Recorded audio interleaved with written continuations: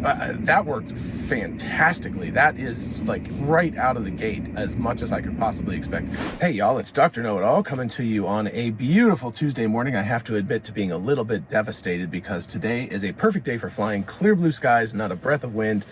My check ride is on Thursday on the other hand, and it looks like low IFR conditions. Like I think the cloud ceiling's like 300 or 400 feet. So guess I won't be doing my check ride and becoming a pilot on Thursday at least, hopefully sometime, but it might be pushed back till January due to the holidays and stuff. So it's a bummer. Anyway, I want to talk about today doing full self-driving with the new version of the software, which is 14.2.1.25 or something like that. The big advancement is Grok voice navigation. So I'm going to ask it to go to Haven Memory Care and then to the post office on Olympic Drive and then back to the to active climbing, because I'm going to go climbing when I get done. The reason I'm specifically going to the post office and back again is because there is a spot where it gets onto the highway from there and it thinks that the speed limit is 40 and goes very, very slowly. So I want to see if this new version has corrected that. But first, let's test out Grok mode. So let's go ahead and push this. Yeah, okay, sorry, I'm gonna go ahead and do this. All right. Hey, Grok, can you go ahead and schedule me a trip with 3 stops? I first want to go to Haven Memory Care in Athens, Georgia. I next want to go to the post office on Olympic Drive, and then I want to go to active climbing on Barber Street. Can you set that up for me?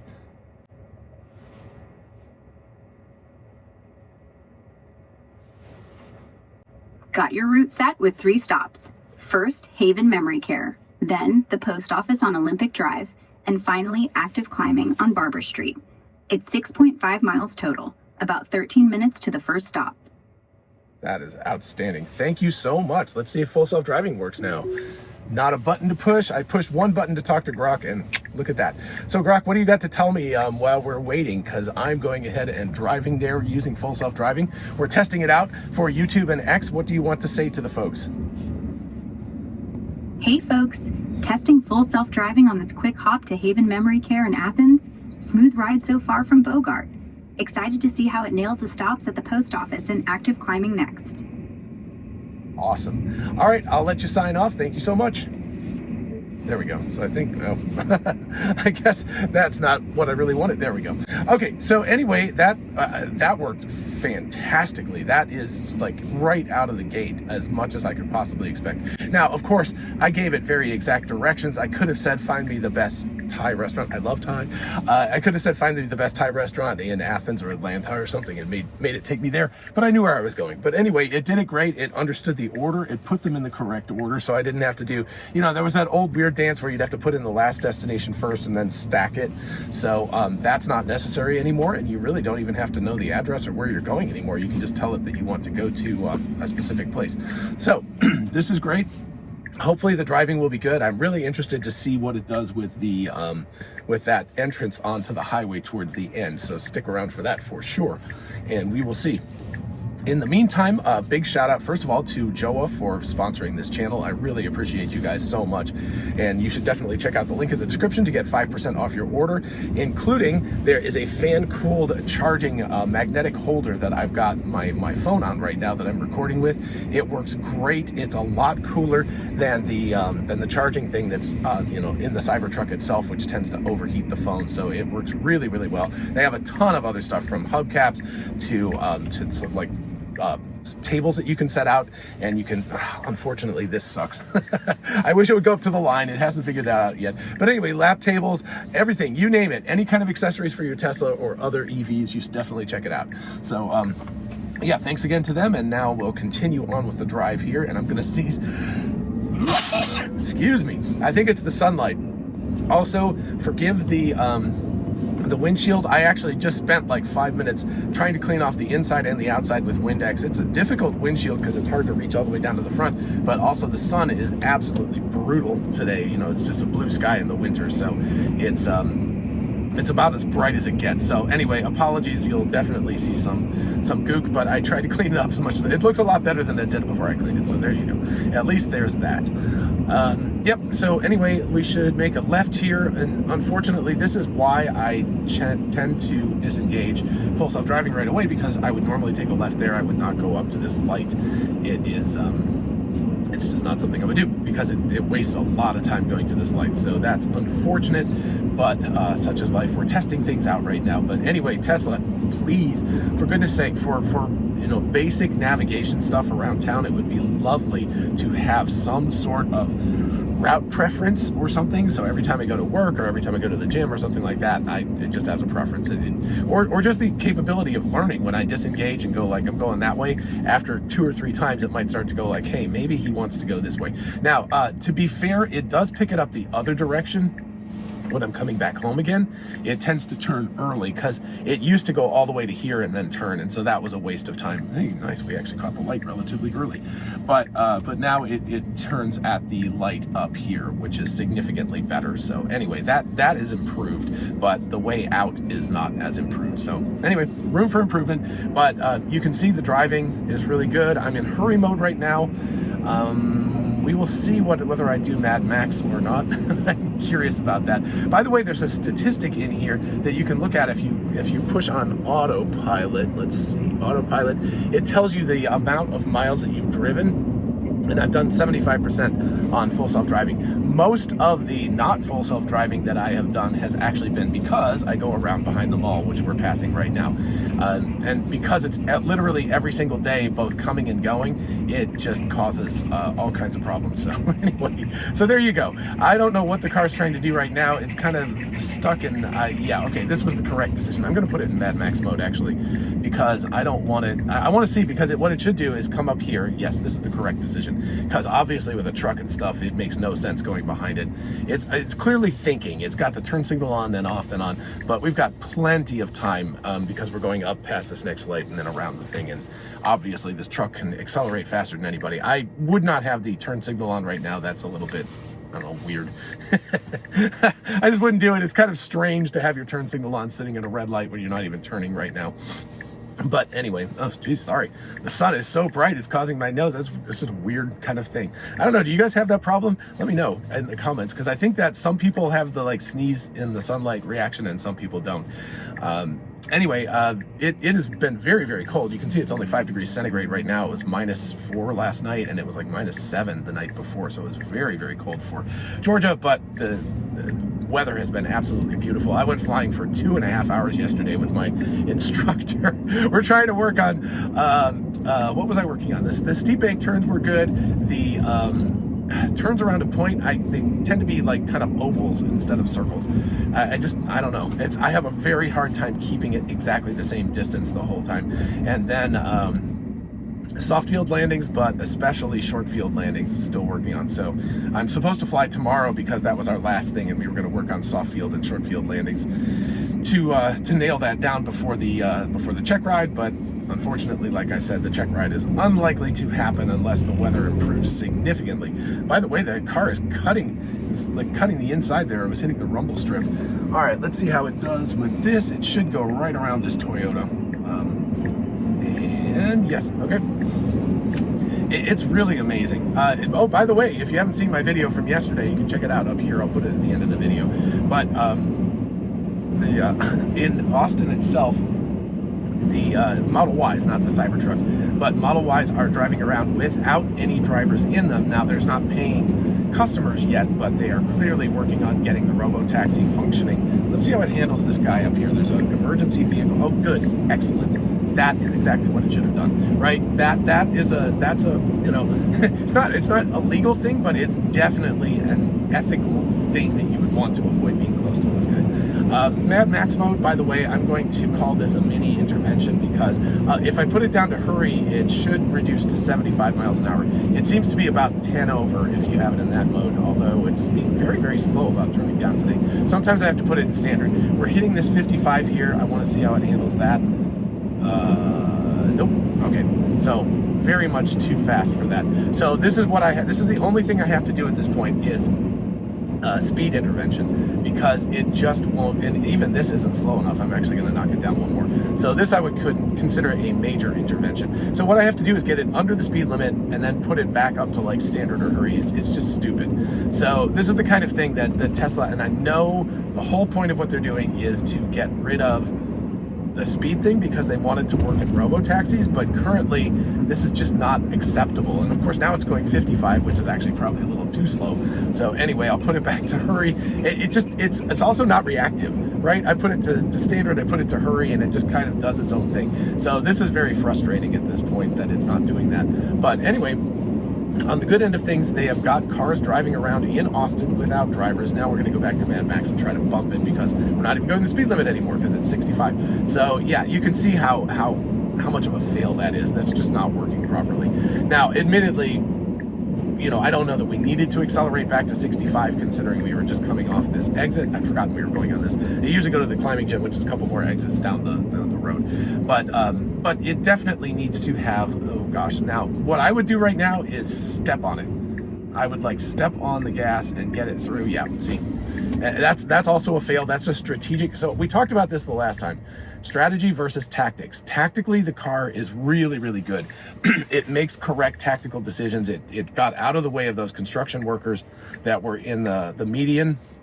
Really, really excellent. Strategically bad, right? It could have easily anticipated. It could have come off the freeway at a higher velocity because there was nobody in front of us and plenty of room to slow down, which gives you more of a chance to hit the light because, you know, you're going to get there sooner. And then when it saw the light turn green, it should have accelerated to put us into a position to make the light rather than to be passive about it. I was having a really hard time not stepping on the gas pedal on the accelerator to make it go faster because I was just like, come on, come on, come on. But anyway, so now the consequence of this is that we just sit here for a minute or more. I can't remember how long this light is, but it's not super short. So we definitely lost time. So a strategic error on the part of the Cybertruck. If you haven't seen that video, I will put that at the end of the video as well. But anyway, so again, if you're thinking about robo-taxis and stuff, maybe strategy isn't quite as important, but I still maintain it is, because there could be situations, well, either that that you as a passenger are like, goodness, I need to get to this place fast. Can you please get me there fast? At which point, you know, maybe you're late for an airplane flight or something like that. At which point, the strategy becomes very important because the car needs to get you there as quickly as possible, legally, of course, within reason. Maybe sometimes you don't care and then it doesn't matter as much, but then strategy matters a lot. And certainly we're not, let's see how it handles this. Almost, right? It almost got around that metal plate. It mostly got around. Oh, sorry, I've got that. Should have had the full visualization on, not that it matters that much, but anyway, it's, you know, it's certainly for us human people that are in these vehicles that own the cars, right? Human people, right? For us owners of the vehicles, then strategically it does matter a lot because we have a choice between driving ourselves and having full self-driving drive. And if it's making strategic mistakes and slowing us down and making the car not as efficient in terms of getting from point A to point B, then certainly that has a consequence. Certainly that would make us more likely to use the vehicle. And as you can see, I'm only 75%. Some people I know are like 99% full self-driving. I'm just not that patient.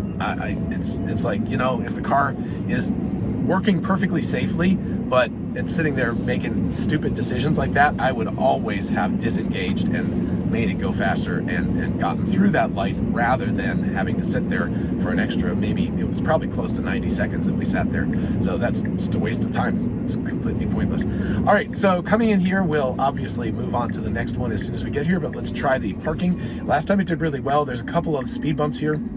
Hopefully it'll handle that. We've got a unprotected left coming up on the way out of here. And so it handled the speed bumps really well. It says 5 miles an hour here. Of course, it says 10, I don't know. But it handled, maybe there's only one speed bump. I thought there were two. Anyway, let's see how it handles the parking. And then most importantly, as we leave, the previous versions, sorry, a little shaky. The previous versions, oh gosh, are we gonna park here? All right. It's taking a much earlier parking place than it has in the past. Yeah, this is, I don't know that this is the spot I would have picked because it's just making itself, it's quite the challenge to try to get back here because that red car, I mean, we're just looking at, I mean, it's gonna make it, but it certainly was. Let's see if it goes back forward again. Yeah, so the 3-point back in when it could have easily picked another spot. But at least it's doing it quicker. I'm not going to go to the parking garage today because number one, it's empty because the school is out. But number two, I just didn't want to spend the time doing that because that wasn't really the point of this test so much. All right, so now let's go to U.S. Postal Service, start full self-driving, continue trip, I guess. Oh no, oh no. Oh no, let's, this is the same mistake it made previously. Hopefully it will go underneath that little roof thingy and not go all the way around behind the place, but come on, turn down, turn down. Oh no, it reverted. Oh, that's not good. Well, that's not fantastic. Now we're going to be off-roading again. Now, the last couple times it's done it, it's actually been able to figure out how to get out. Previous versions, I've had to actually extract it because it tried to go back into the woods. But the last couple of versions, it's actually gone by where that house is and through the gravel lot, and it has made it. Oh man, this is okay. Maybe. All right. Well, this is a different extraction. This is probably the better extraction.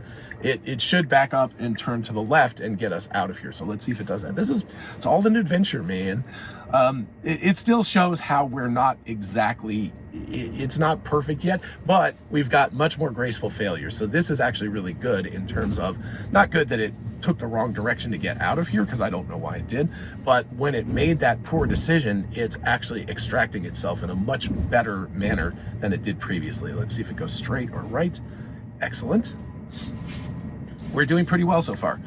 So yeah, so it made a mistake. So it picked, I would have picked one of these other parking places, but it is rather crowded. So I can see why it did that. It's okay. It's just that that was challenging because of how narrow the road was right there. But it did extract itself. When it made a poor decision, it extracted itself and got in the right way. And we're going to go on to the post office, and then we're going to turn around and come back on the highway. If there's really nothing interesting to say once we get on the highway, I may speed through that. I like to keep these things without cuts, but I might go faster. So now we've got an unprotected left, and there's nobody coming from the right. There's a big hill there, so you can't really see. So sometimes cars come over it. But as it turned out, very, very empty today. So anyway, we'll go back around the turnaround, 3/4 of the way around that, and get to try it out and see how it deals with the other vehicles. And then we will move on to the post office, and then we will go to active climbing, and then I will go climbing. And so this video probably won't get published till around 1 this afternoon Eastern time, so that's such is life. There you go. And then the rest of the day, I'm planning a trip to Savannah. Did I say that at the beginning? So my check ride instructor, the designated pilot examiner, he sent me a Athens to Savannah. That's my ride route that I have to plan, which all seemed really, it would have been nice if those guys had used their right turn signals. Yeah, would have been very nice of them. They did not. So anyway, it did the right thing. It waited. It could have probably nosed out earlier, but that's okay. Anyway, he set me up Athens to Savannah, and I thought, oh, that's not going to be a big deal. I'll just knock that out, no problem. Well, I looked at it, goes straight through the Bulldog MOA, which is a giant military activity area in the sort of eastern central Georgia.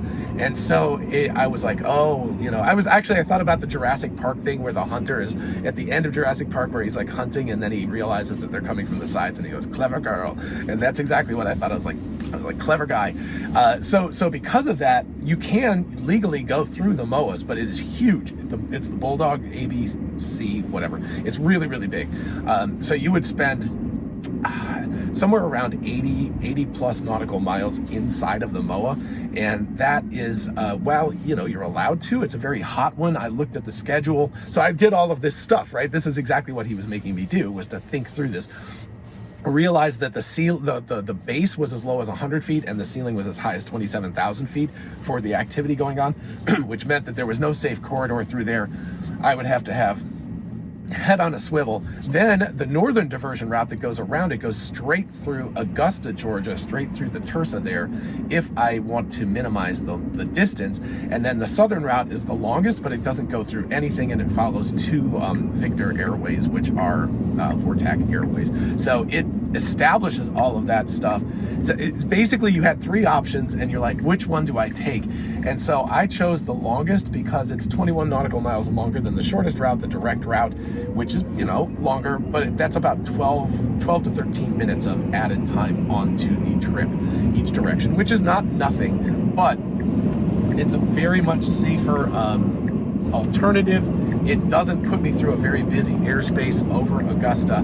If I went around Augusta to the north of Augusta to the Collier Vortac, like whatever, where that is. If I went that way and down, it's actually just about exactly as long as the southern route. Anyway, I get to avoid all of the city stuff. I get to avoid heavy traffic. I get to go the southern route. So I think that the whole point of this is not that there is a correct answer, because clearly if I was like, I'm in a hurry, I don't care, I'm going through the MOA, you could do that, but that's just not me. I don't want that kind of stress of worrying about military jets doing 600 miles an hour, zipping around me and doing military exercises and not paying attention to me. That area is to the northeast of Warner Robins, which has the, what's the Air Force base there? I can't remember the name. They've got a great Air Force museum there too, with like an SR-71 and stuff. It's super cool. But anyway, it's to the northeast of that, so clearly they take off and they practice there, and so it's very, very hot. Like, it's just always being used. I looked at the schedule, because some of them, like, they're supposedly being used, but they're not being used that much. But I looked at the schedule, and every day there's like 10 different activities going on, so it's a lot. So anyway, it was a cool challenge, and I'm now working out all of the details of it, and the exact directions and the correction angles and the wind correction and all of that kind of stuff that you have to do to get it functioning. And then of course I need to put in waypoints. I'm doing all of this without ForeFlight. I'm doing it on my own, and I'm doing that on purpose. You're allowed to use ForeFlight, but he's going to ask me to use the charts and use a piece of paper, and clearly I want to be able to do that. And honestly, it's kind of enjoyable. It's very analog. I just take the dining room table and I spread the map out on the table, and I take the plotter out and kind of work it out. And I of course will use ForeFlight to to just sort of check my answers and make sure that I haven't done anything insanely wrong or anything like that. But it's really cool to be able to do that on your own. It also kind of makes me feel like old school, right? It's like back in the day when you had to do all this stuff with pilotage and dead reckoning and all of that. So I'm like, oh, that's pretty fun. So anyway, we will see what happens. And now I've blabbed long enough that we are almost to Olympic Drive and taking the exit. So the post office is not that far up Olympic Drive. This is actually the way to the airport. And so that's the reason why I know this, because every time I come back from the airport coming this direction here, it says it's 40 miles an hour getting onto the highway, because it sees the 40, there's like a turnaround that you have to do, and it sees 40 miles an hour as the is what you're supposed to do anyway. So it has it incorrect, and that was one of the things that I think Joe Tegmeyer actually said, that this version had improved. So I'm going to hope that it actually does that, which was the whole reason for coming all the way out here, was just to look at that. Yeah, I'm not even flying today because there's no airplane. It's all busy. But tomorrow it looks like I still have VFR conditions, so I can fly tomorrow and work on those landings and takeoffs. But Thursday is just completely garbage, and Friday's completely garbage. And I think that Ron, he's a 737 pilot. It might be a 777 pilot, but anyway, he's an actual pilot, airline pilot.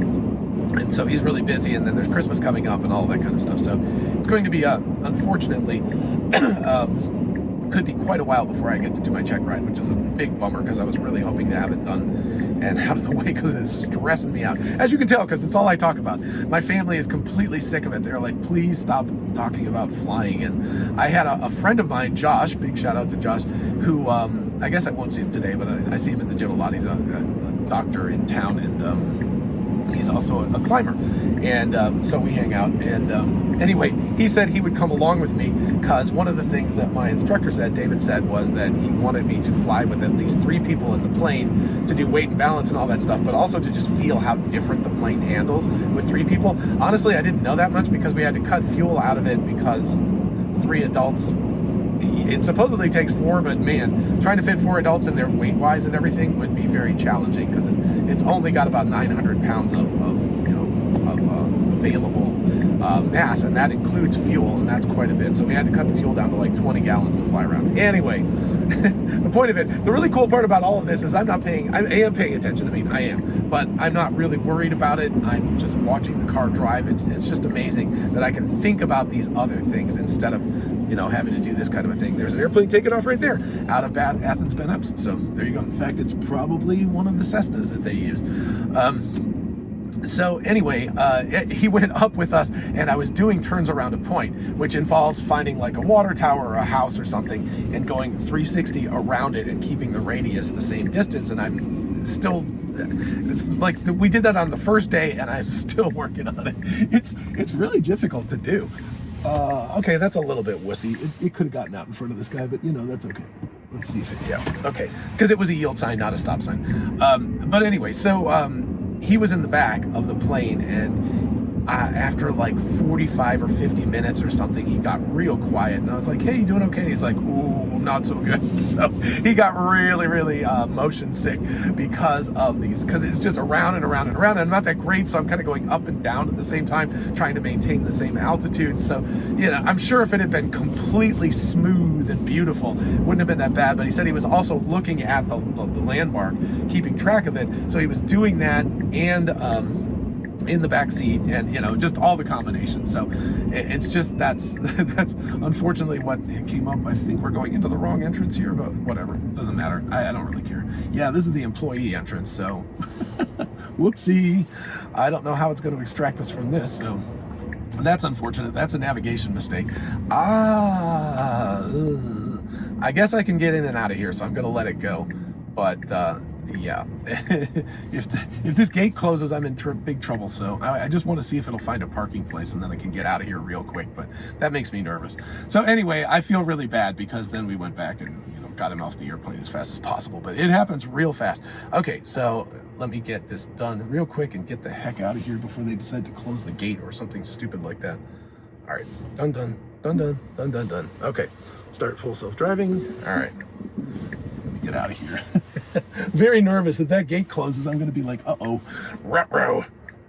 Okay, looks like it's just open during the day, so hopefully it'll be okay. So that was a navigation error.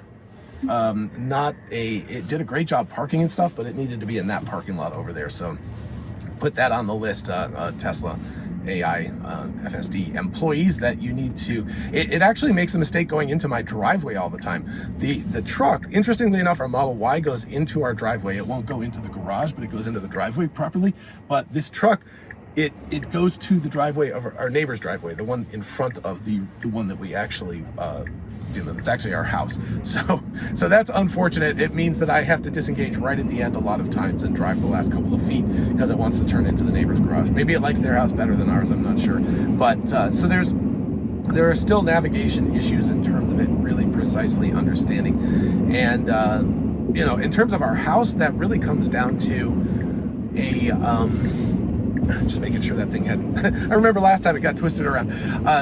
In terms of our house, it's making sure that it could learn. If it could just learn, it's like, oh, oops, I made a mistake, and it could learn from that mistake, but it can't, of course, because these things aren't generic.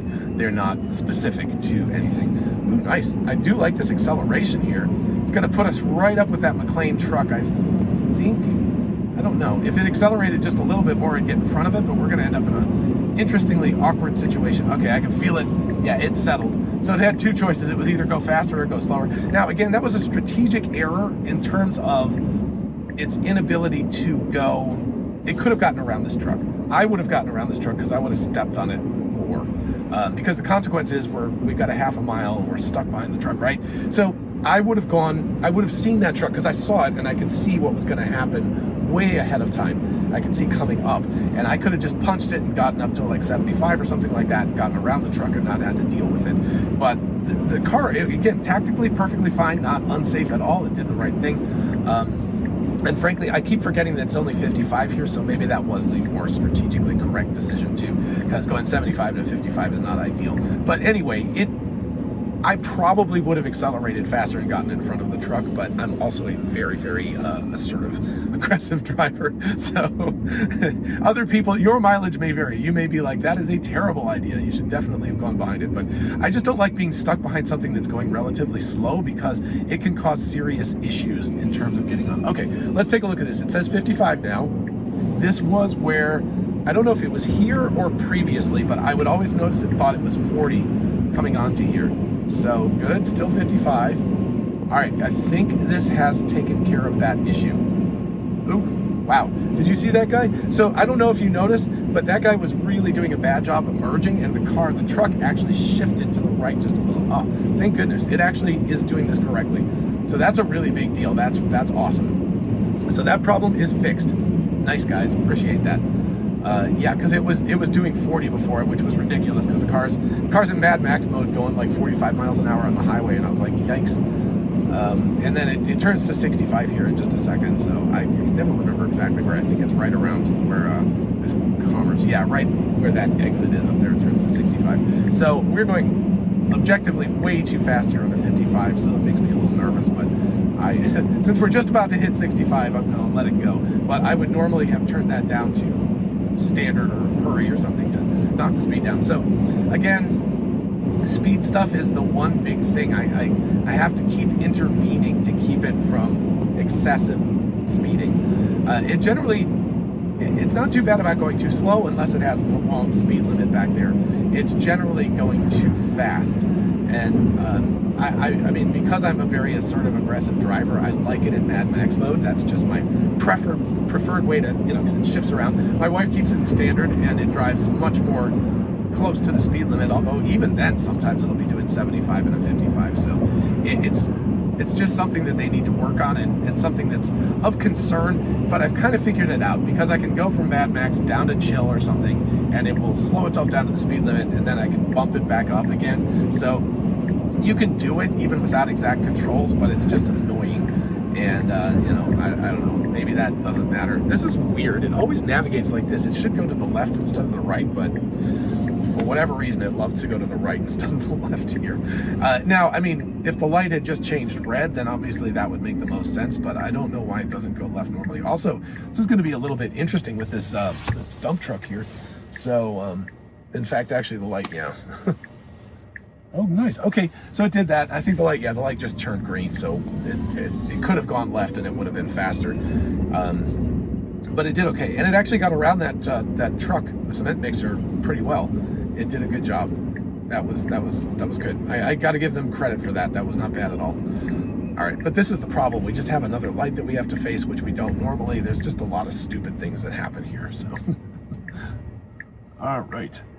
Okay, it should go very, very hesitant for Mad Max, but it did. It went. The other reason it would have been cool to have gone, it would have been cool to have gone the other way, because there's like a tree branch that's sticking down in this entrance lane that comes in, this merge lane, which is not, we won't have to deal with it this direction, I don't think. But anyway, we'll see.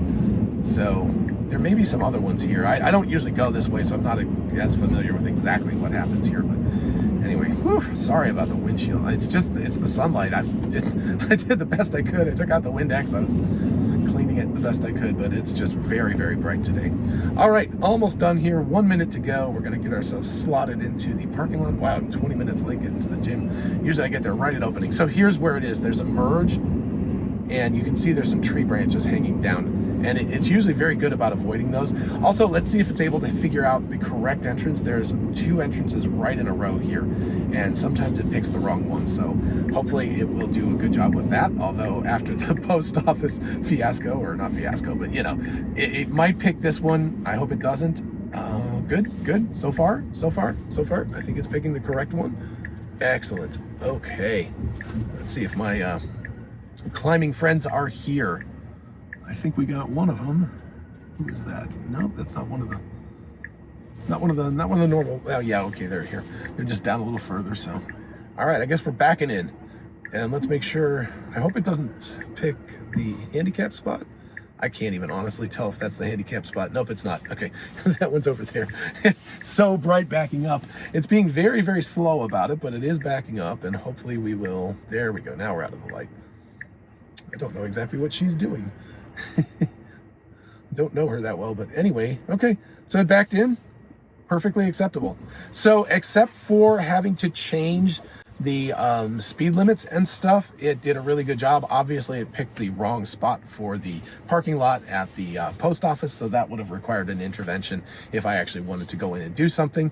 But generally speaking, really, really good. That fixing that 40-mile-an-hour entrance thing was fantastic. I very much appreciate that. And also thank you everyone in the Tesla full self-driving AI group for working so hard between Thanksgiving and Christmas. That is, it's a season when a lot of people just don't feel like working very hard. They just kind of end of the year, holidays, other stuff to worry about. So I really appreciate that in particular. Thank you for the holiday update. The Grok thing worked fabulously. I can't wait to use it more often as we drive around. We're going to go to Washington, D.C. to see my mom just after Christmas, so we will definitely use it there. That will be great. Anyway, fantastic work. Let me know in the comments what you all think about this, what your experience has been like, better, worse, whatever. Anyway, let me know about all of that, and make sure you like and subscribe and all that good stuff, and I will see you in the next video. Bye-bye.